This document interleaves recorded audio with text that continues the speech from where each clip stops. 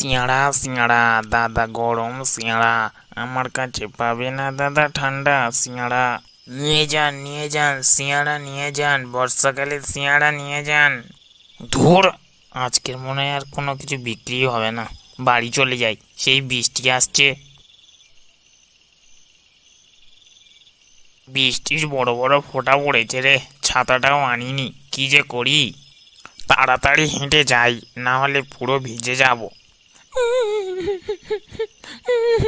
এই ঘন জঙ্গলে কে কাঁদছে আবার, দেখি তো সামনের দিকে এগিয়ে।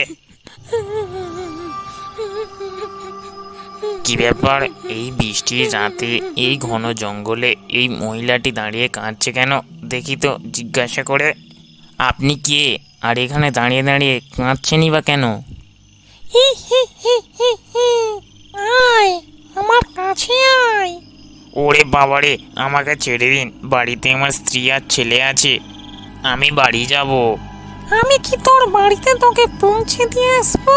হি হি হি। আমাকে ছেড়ে দাও, আমি আর কোনোদিন এই রাস্তায় আসবো না। এবার তোর আমি কি অবস্থা করি দেখ। আহ এ কি কোমল, এ আমি কি দেখছি?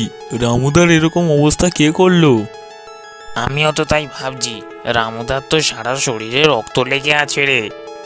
ও রামুদা, ও রামুদা। রামুদার দেখে তো মনে হচ্ছে রামুদার বেঁচে নেই। চল শ্যামলদা, রামুদার স্ত্রীকে কথা জানাই। রীতাদি, ও রীতাদি, বাড়িতে কেউ আছেন? এ পাবলু, পাবলু, বাড়িতে আছিস? ও রীতাদি, রীতাদি। কি ব্যাপার, শ্যামল আর কোমল, রামুর কোনো খোঁজ পাওয়া গেল নাকি? কাল রাত থেকে তো লোকটা বাড়িতে আসলো না। রামুদার তো খোঁজ পাওয়া গেছে, কিন্তু কি হয়েছে শ্যামলদা, কি হয়েছে আমার বাবার? তোর বাবা আর এই পৃথিবীতে নেই রে পাবলু। এ কি বলিস শ্যামল? আমি আর শ্যামলদা আজ বাঁশবাগানের পথ দিয়ে কাজে যাচ্ছিলাম, তখনই দেখলাম রামুদার মৃতদেহ বাঁশবাগানের মধ্যে পড়ে আছে।